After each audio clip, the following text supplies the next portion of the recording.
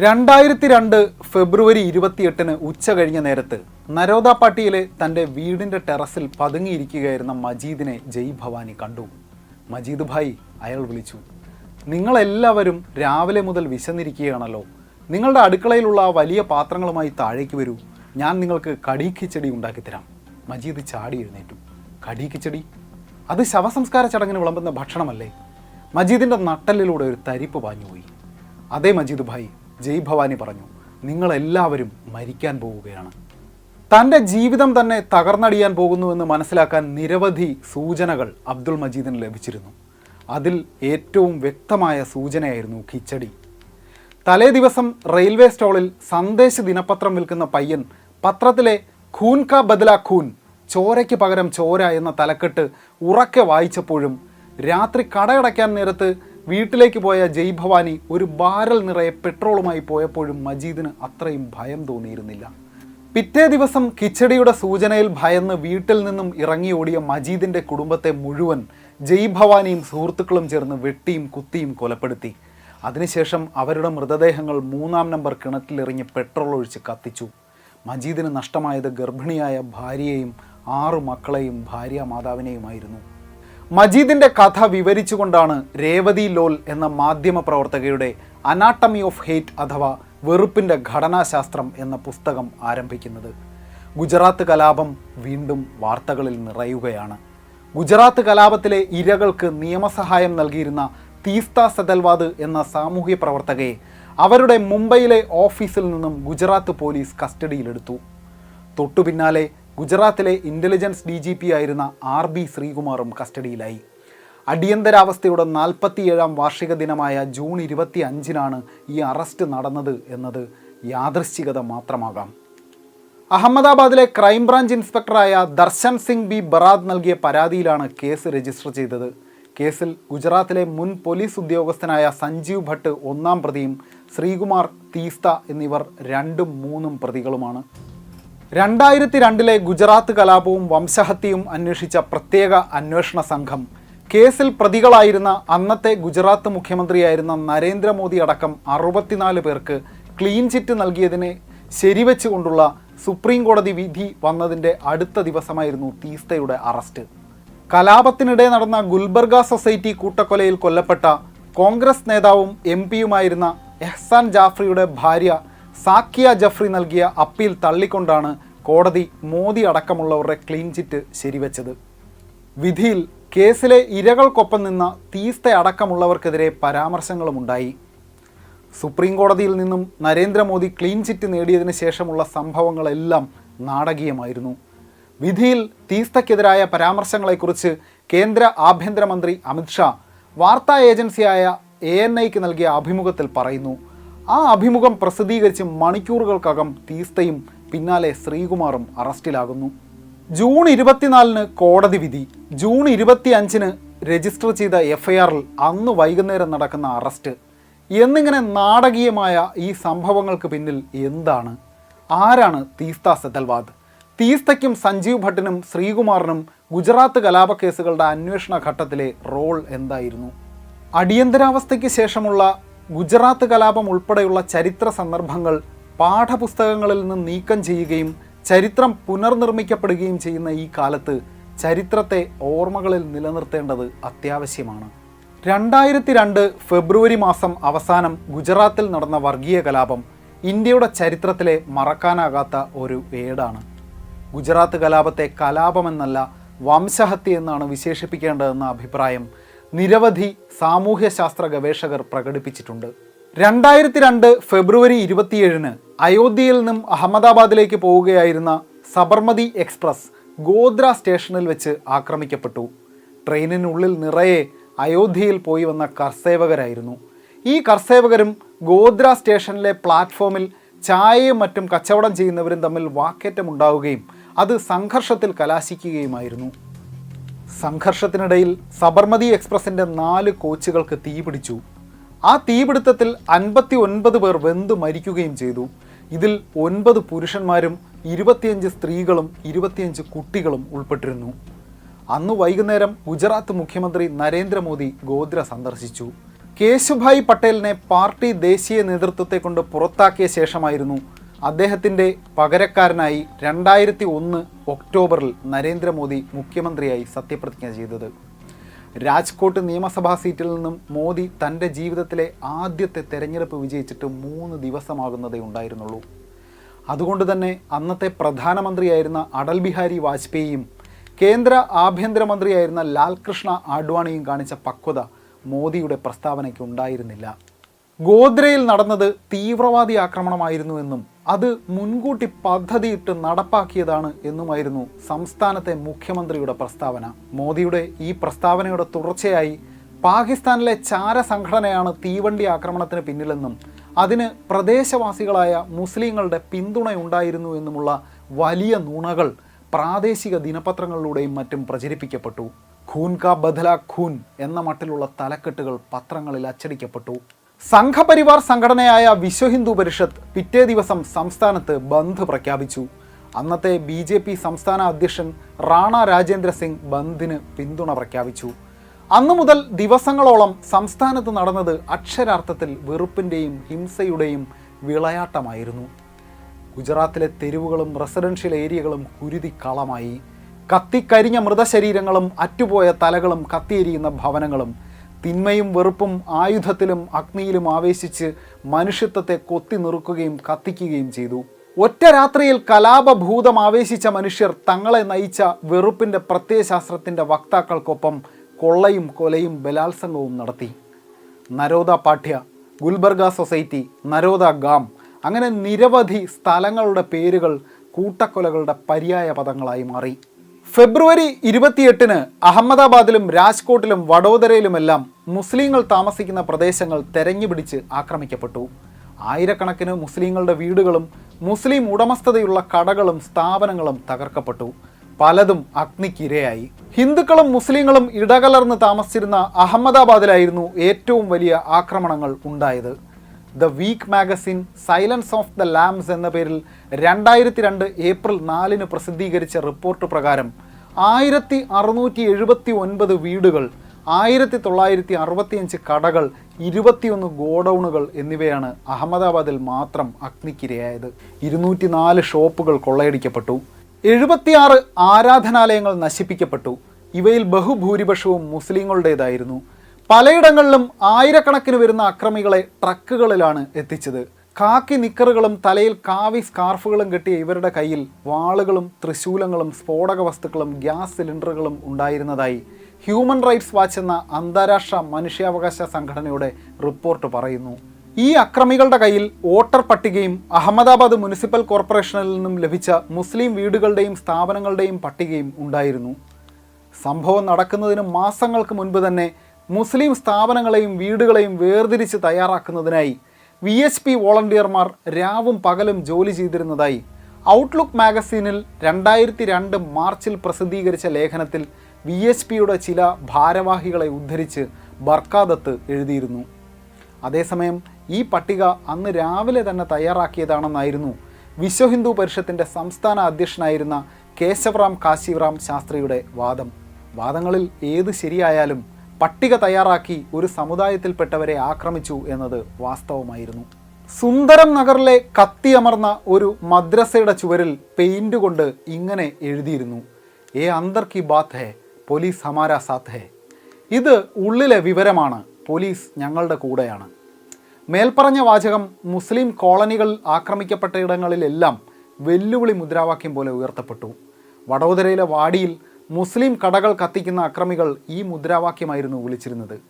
അത് വെറുമൊരു വാചകം മാത്രമായിരുന്നില്ല, ചില സത്യങ്ങളും ഉണ്ടായിരുന്നു എന്നതാണ് അക്കാലത്തെ പത്ര റിപ്പോർട്ടുകൾ സൂചിപ്പിക്കുന്നത്. ഹ്യൂമൻ റൈറ്റ്സ് വാച്ചിനോട് ചാർത്തോദ ഖബറിസ്ഥാൻ അഭയാർത്ഥി ക്യാമ്പിലുണ്ടായിരുന്ന ഒരാൾ പറഞ്ഞു: ആദ്യം ആക്രമിക്കാൻ വന്ന ജനക്കൂട്ടത്തെ നേരിടാൻ ഞങ്ങൾക്ക് കഴിഞ്ഞിരുന്നു. പിന്നീട് പോലീസും അവരോടൊപ്പം ചേർന്നപ്പോൾ ഞങ്ങൾക്ക് അവരെ തടയാൻ കഴിയാതെയായി. ഞങ്ങളുടെ ആത്മവീര്യം തകർന്നു. കൊല്ലു, വെട്ടു, മിയാഭായ് എവിടെയെന്ന് നോക്കൂ എന്നൊക്കെ അവർ അലർന്നുണ്ടായിരുന്നു.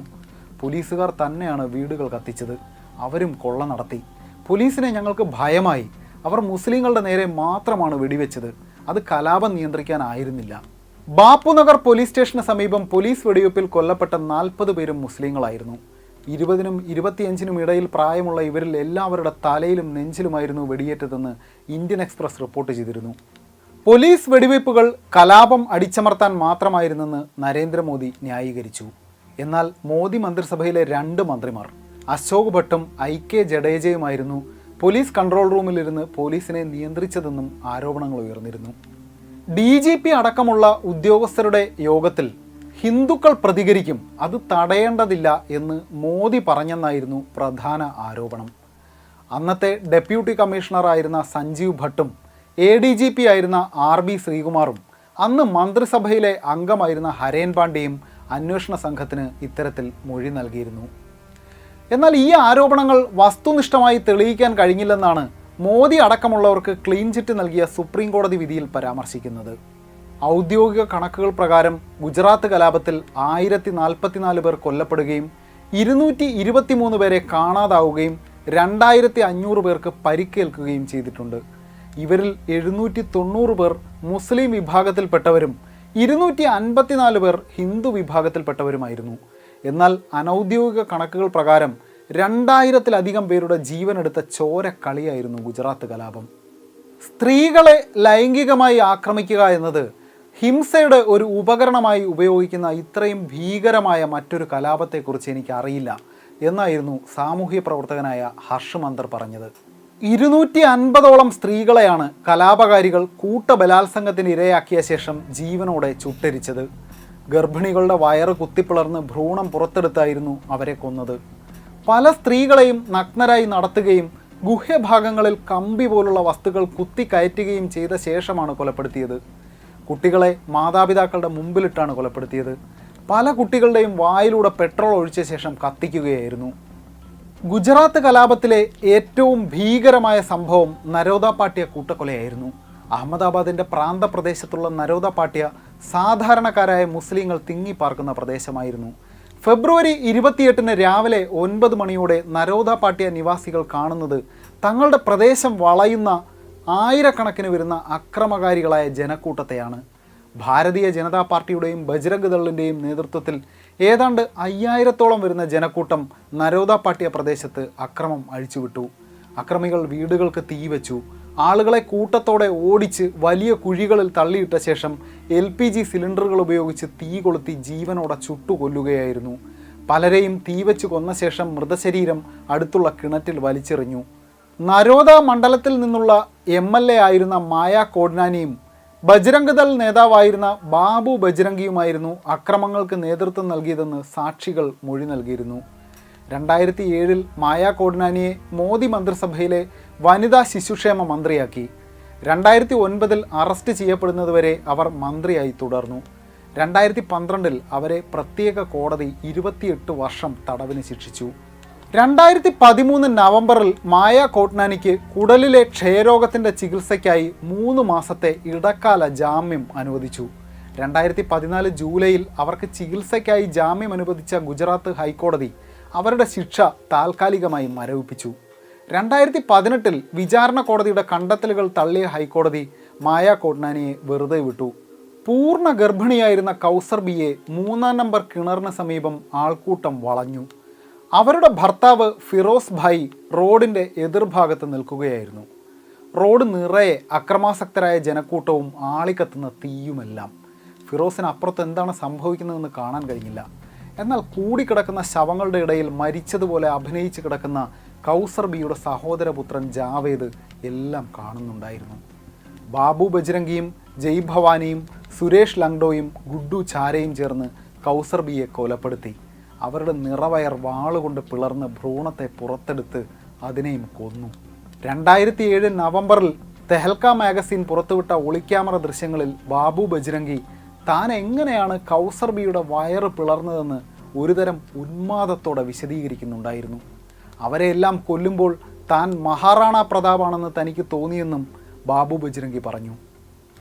നരോദ പാട്യയിലെ അരുങ്കൊലകൾക്ക് ശേഷം താൻ ഗുജറാത്തിലെ ആഭ്യന്തരമന്ത്രിയായിരുന്ന ഗോവർദ്ധൻ സഡഫിയെയും വിശ്വഹിന്ദു പരിഷത്ത് ജനറൽ സെക്രട്ടറി ആയിരുന്ന ജയദീപ് പട്ടേലിനെയും ഫോൺ ചെയ്ത് തൻ്റെ ചെയ്തികൾ അറിയിച്ചെന്നും ബജ്രംഗി പറയുന്നുണ്ട്. താൻ ജയിൽ മോചിതനാകുമെന്ന് ഉറപ്പുവരുത്താൻ നരേന്ദ്രമോദി 3 ജഡ്ജിമാരെ മാറ്റിയെന്നും അതിൽ 2 പേർ തന്നെ തൂക്കാൻ വിധിക്കാൻ സാധ്യതയുണ്ടായിരുന്നെന്നും ബാബു ബജ്രംഗി വീഡിയോയിൽ പറയുന്നു.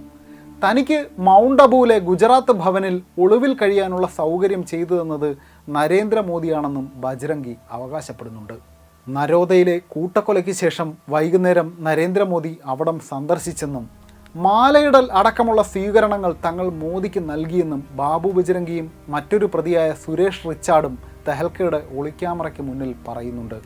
എന്നാൽ ഒരാൾ ഒളിക്യാമറയിൽ തൻ്റെ തന്നെ തെറ്റുകൾ ഏറ്റുപറയുന്ന അതേ ഗൗരവത്തോടെ മറ്റൊരാളുടെ ചെയ്തികളെക്കുറിച്ച് പറയുന്നത് കണക്കിലെടുക്കാൻ കഴിയില്ലെന്നായിരുന്നു മോദിയെക്കുറിച്ചുള്ള പരാമർശങ്ങളിൽ പ്രത്യേക അന്വേഷണ സംഘത്തിൻ്റെ നിലപാട്.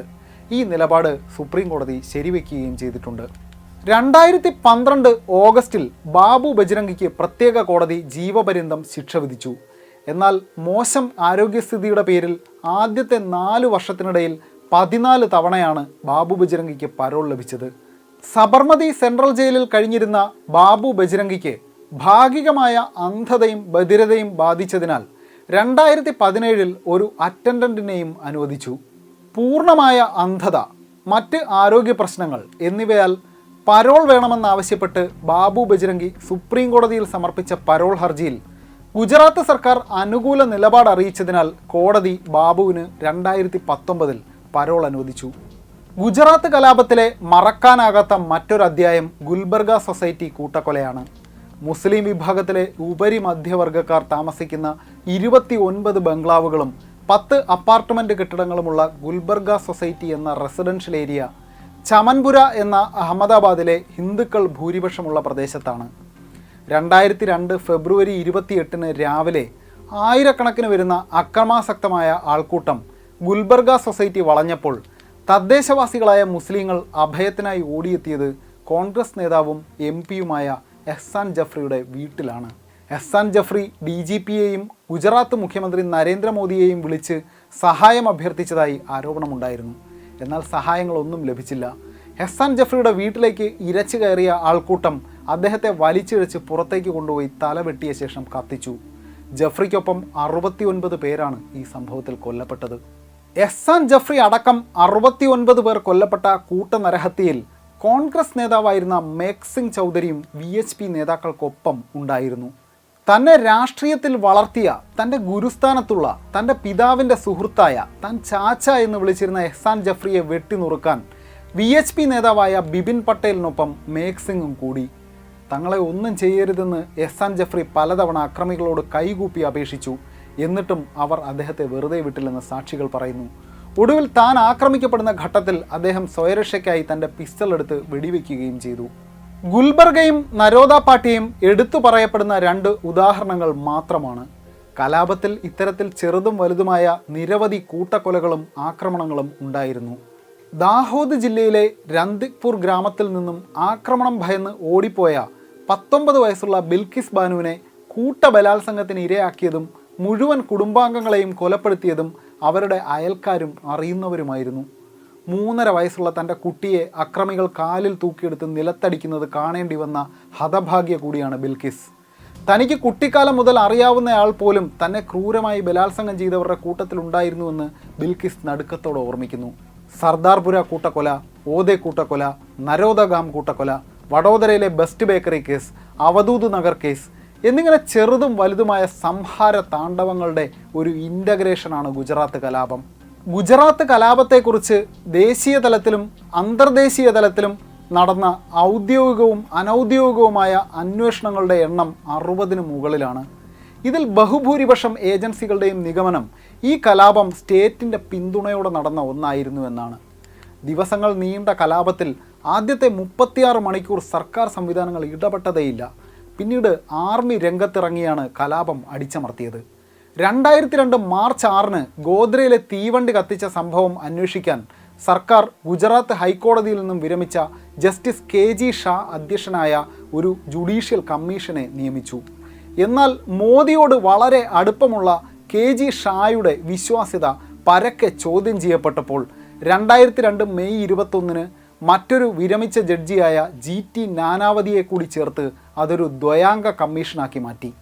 2004-ൽ കേന്ദ്രത്തിൽ UPA സർക്കാർ അധികാരത്തിൽ വന്നപ്പോൾ ഈ കമ്മീഷൻ്റെ അന്വേഷണ പരിധിയിൽ ഗോദ്ര സംഭവത്തോടൊപ്പം ഗോദ്രാനന്തര കലാപം കൂടി ഉൾപ്പെടുത്തി. 2008 മാർച്ച് 22 ജസ്റ്റിസ് ഷാ അന്തരിച്ചു. ഏപ്രിലിൽ ഷായ്ക്ക് പകരം ഗുജറാത്ത് ഹൈക്കോടതിയിൽ നിന്നും വിരമിച്ച മറ്റൊരു ജഡ്ജിയായ അക്ഷയ് ജെ മേത്തയെ പാനലിൽ ഉൾപ്പെടുത്തി. ബാബു ബജ്രംഗിക്ക് ജാമ്യം അനുവദിച്ച ജഡ്ജിയായിരുന്നു മേത്ത.